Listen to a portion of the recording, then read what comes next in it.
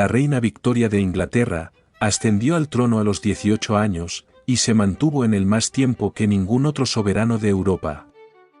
Durante su reinado, Francia conoció 2 dinastías regias y una república, España 3 monarcas, e Italia 4. En este dilatado periodo, que precisamente se conoce como era victoriana, Inglaterra se convirtió en un país industrial, y en una potencia de primer orden, orgullosa de su capacidad para crear riqueza, y destacar en un mundo cada vez más dependiente de los avances científicos y técnicos.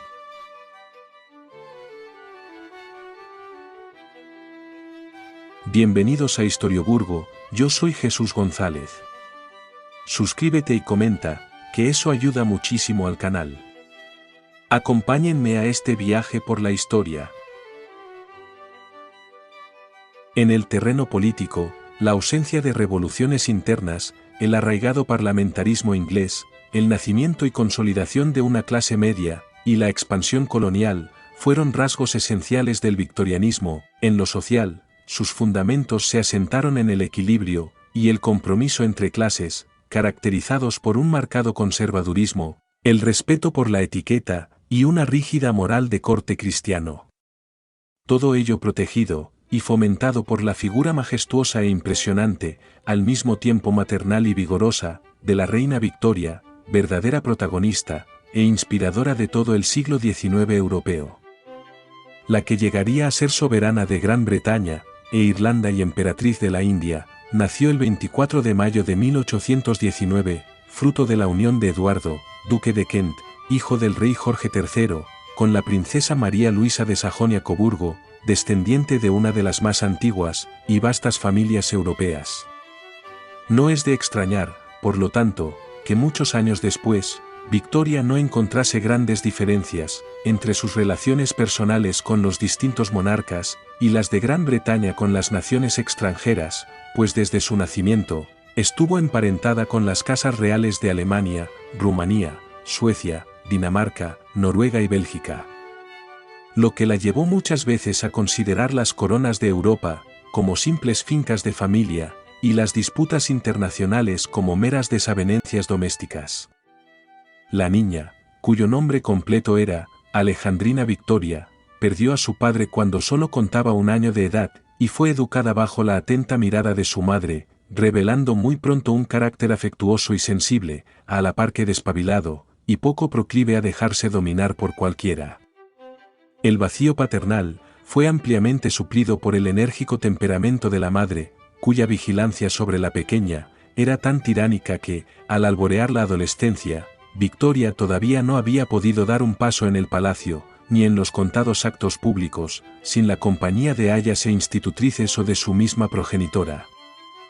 Pero, como más tarde haría patente en sus relaciones con los ministros del reino, Victoria resultaba indomable si, primero no se conquistaba su cariño, y se ganaba su respeto.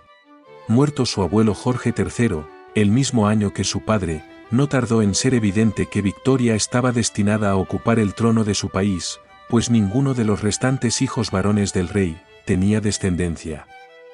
Cuando se informó a la princesa a este respecto, mostrándole un árbol genealógico de los soberanos ingleses, que terminaba con su propio nombre, Victoria permaneció callada un buen rato, y después exclamó: «Seré una buena reina». Apenas contaba 10 años, y ya mostraba una presencia de ánimo y una resolución que serían cualidades destacables a lo largo de toda su vida. Jorge IV y Guillermo IV, tíos de Victoria, ocuparon el trono entre 1820 y 1837. Horas después del fallecimiento de este último, el arzobispo de Canterbury se arrodillaba ante la joven Victoria para comunicarle, oficialmente, que ya era reina de Inglaterra. Ese día, la muchacha escribió en su diario: «Ya que la providencia ha querido colocarme en este puesto, haré todo lo posible para cumplir mi obligación con mi país. Soy muy joven, y quizás en muchas cosas me falte experiencia, aunque no en todas, pero estoy segura de que no hay demasiadas personas con la buena voluntad y el firme deseo de hacer las cosas bien que yo tengo». La solemne ceremonia de su coronación tuvo lugar en la abadía de Westminster, el 28 de junio de 1838. la tirantez de las relaciones de Victoria con su madre, que aumentaría con su llegada al trono, se puso ya de manifiesto en su primer acto de gobierno, que sorprendió a los encopetados miembros del consejo, les preguntó si, como reina, podía hacer lo que le viniese en real gana. Por considerarla demasiado joven e inexperta para calibrar los mecanismos constitucionales, le respondieron que sí. Ella, con un delicioso mohín juvenil, ordenó a su madre que la dejase sola una hora, y se encerró en su habitación.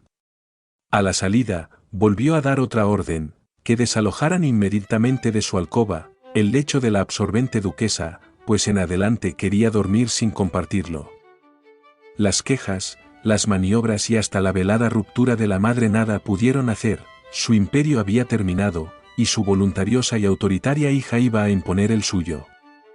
Y no solo en la intimidad, también daría un sello inconfundible a toda una época, la que se ha denominado justamente con su nombre. La sangre alemana de la joven reina no provenía únicamente de la línea materna, con su ascendencia más remota en un linaje medieval, había entrado con la entronización de la misma dinastía, los Hannover, que fueron llamados en 1714, desde el principado homónimo, en el norte de Alemania, para coronar el edificio constitucional que había erigido en el siglo XVIII la Revolución Inglesa. Sus soberanos dejaron, en general, un recuerdo borrascoso por sus comportamientos públicos y privados, y los feroces castigos infligidos a quienes se atrevían a criticarlos, pero presidieron la rápida ascensión de Gran Bretaña hacia la hegemonía europea. Una pálida excepción la procuró Jorge III, de larga y desgraciada vida. Su reinado duró casi tanto como el de Victoria, a causa de sus periódicas crisis de locura. Fue, sin embargo, respetado por sus súbditos, en razón de esa desgracia, y de sus irreprochables virtudes domésticas. La mayoría de sus 6 hijos no participaron de esta ejemplaridad, y el heredero, Jorge IV, dañó especialmente con sus escándalos el prestigio de la monarquía, que solo pudo reparar en parte su sucesor, Guillermo IV. Al fallecer el rey Guillermo IV el 20 de junio de 1837, y convertirse en su sucesora al trono, Victoria tenía ante sí una larga tarea.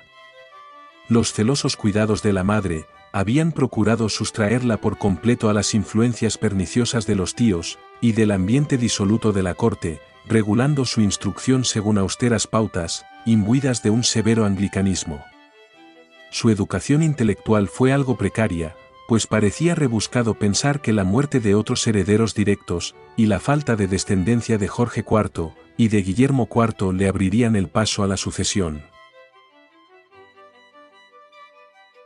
Pero ello no impediría que la reina desempeñara un papel fundamental en el resurgimiento de un indiscutible sentimiento monárquico, al aproximar la corona al pueblo, borrando el recuerdo de sus antecesores, hasta afianzar sólidamente la institución en la psicología colectiva de sus súbditos. No fue tarea fácil. Sus hombres de Estado tuvieron que gastar largas horas en enseñarle a deslindar el ámbito regio en las prácticas constitucionales, y procuraron recortar la influencia de personajes dudosos de la corte, como el barón de Stockmer, médico, o la baronesa de Lezen, una antigua institutriz. Los mayores roces se producirían con sus injerencias en la política exterior, y particularmente en las procelosas cuestiones de Alemania, cuando bajo la égida de Prusia y de Bismarck, surgió allí el gran rival de Gran Bretaña, el Imperio Germano. En el momento de la coronación, la escena política inglesa estaba dominada por William Lamb, vizconde de Melbourne, que ocupaba el cargo de primer ministro desde 1835. Lord Melbourne era un hombre rico, brillante y dotado de una inteligencia superior, y de un temperamento sensible y afable, cualidades que fascinaron a la nueva reina. Victoria, joven, feliz y despreocupada, durante los primeros meses de su reinado, empezó a depender completamente de aquel excelente caballero, en cuyas manos podía dejar los asuntos de Estado con absoluta confianza. Y puesto que Lord Melbourne era jefe del partido Whig, liberal, ella se rodeó de damas que compartían las ideas liberales, y expresó su deseo de no ver jamás a un Tory, conservador, pues los enemigos políticos de su estimado Lord, habían pasado a ser automáticamente sus enemigos. Tal era la situación, cuando se produjeron en la Cámara de los Comunes diversas votaciones, en las que el gabinete Whig de Lord Melbourne no consiguió alcanzar la mayoría. El primer ministro decidió dimitir y los Tories, encabezados por Robert Peel, se dispusieron a formar gobierno.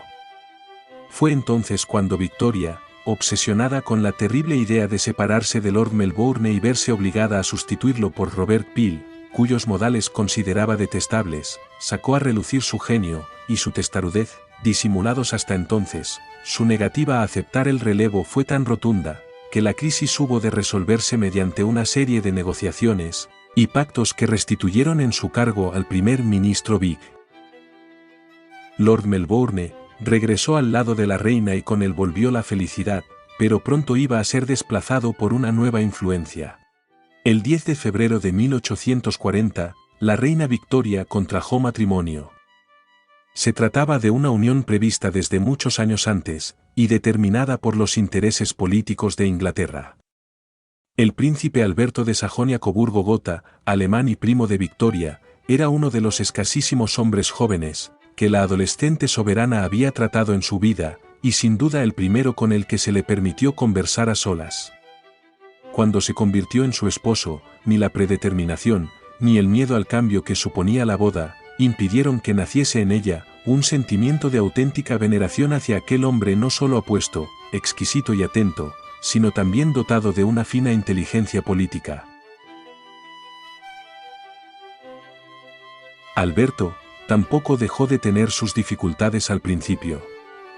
Por un lado, tardó en acostumbrarse al puesto que le había trazado de antemano el Parlamento, el de príncipe consorte, un estatus que adquirió a partir de él, en Gran Bretaña y en Europa, sus específicas dimensiones.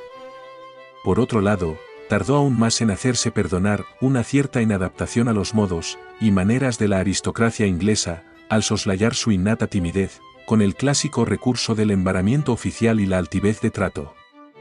Pero, con el tacto y perseverancia del príncipe, y la viveza natural, y el sentido común de Victoria, la real pareja despejó en una misma voluntad todos los obstáculos, y se granjeó un universal respeto con sus iniciativas. Fue el suyo un amor feliz, plácido y hogareño, del que nacieron 4 hijos y 5 hijas. Ellos, y sus respectivos descendientes, coparon la mayor parte de las cortes reales e imperiales del continente, poniendo una brillante rúbrica a la hegemonía de Gran Bretaña en el orbe, vigente hasta la Primera Guerra Mundial. Llegó el día en que Victoria fue designada la abuela de Europa. Alberto fue para Victoria un marido perfecto y sustituyó a Lord Melbourne en el papel de consejero, protector y factotum en el ámbito de la política. Y ejerció su misión con tanto acierto, que la soberana, aún inexperta y necesitada de ese apoyo, no experimentó pánico alguno cuando en 1841, el antaño aborrecido Peel reemplazó por fin a Melbourne al frente del gabinete.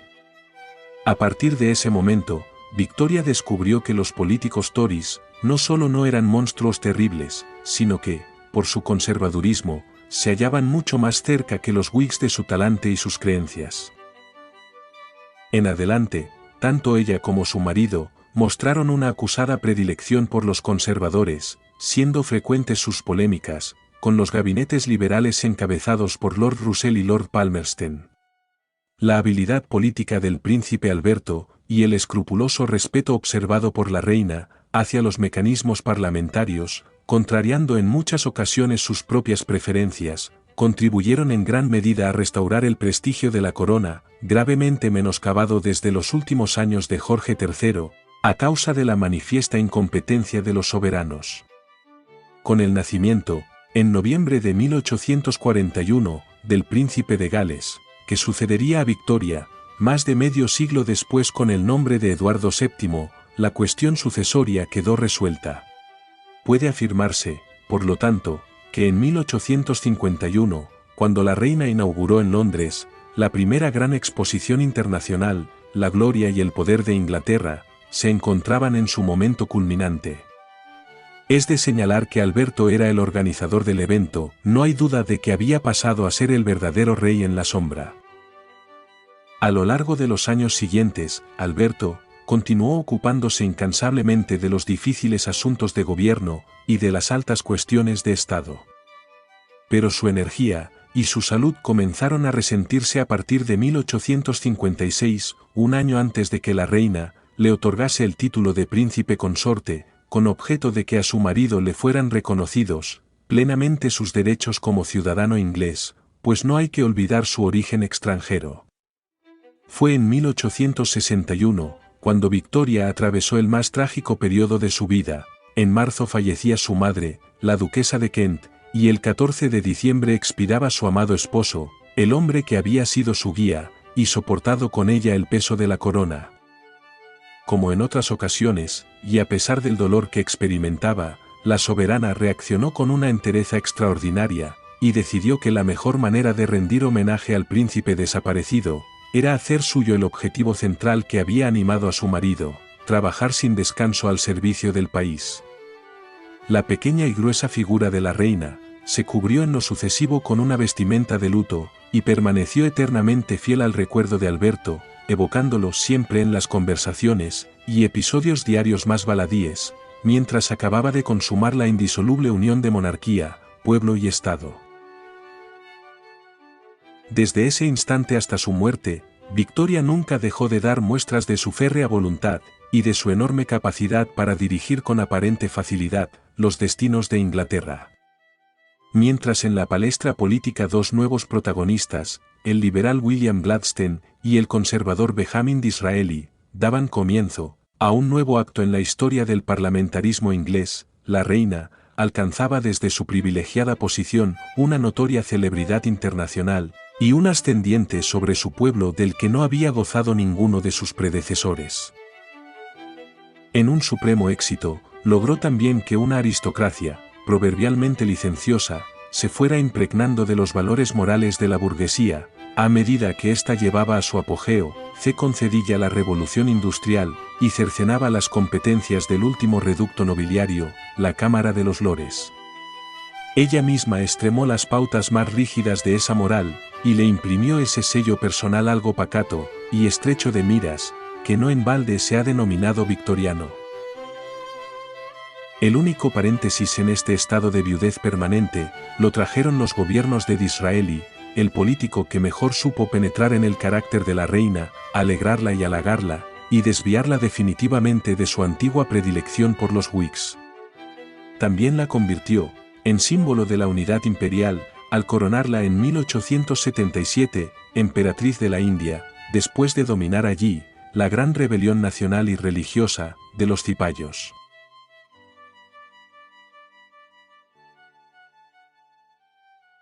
La hábil política de Disraeli puso asimismo el broche a la formidable expansión colonial. El imperio inglés llegó a comprender hasta el 24% de todas las tierras emergidas y 450 millones de habitantes, regido por los 37 millones de la metrópoli, con la adquisición y control del Canal de Suez.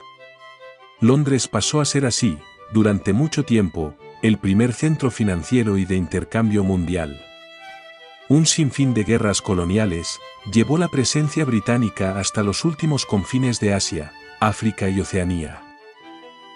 Durante las últimas 3 décadas de su reinado, Victoria llegó a ser un mito viviente y la referencia obligada de toda actividad política en la escena mundial. Su imagen pequeña y robusta, dotada a pesar de todo, de una majestad extraordinaria, fue objeto de reverencia dentro y fuera de Gran Bretaña. Su apabullante sentido común, la tranquila seguridad con que acompañaba todas sus decisiones, y su íntima identificación con los deseos y preocupaciones de la clase media, consiguieron que la sombra protectora de la llamada viuda de Windsor se proyectase sobre toda una época, e impregnase de victorianismo la segunda mitad del siglo. Su vida se extinguió lentamente, con la misma cadencia reposada, con que transcurrieron los años de su viudez. Cuando se hizo pública su muerte, acaecida el 22 de enero de 1901, pareció como si estuviera a punto de producirse un espantoso cataclismo de la naturaleza. La inmensa mayoría de sus súbditos no recordaba un día en que Victoria no hubiese sido su reina. Muchas gracias por ver mi vídeo. Suscríbete a mi canal.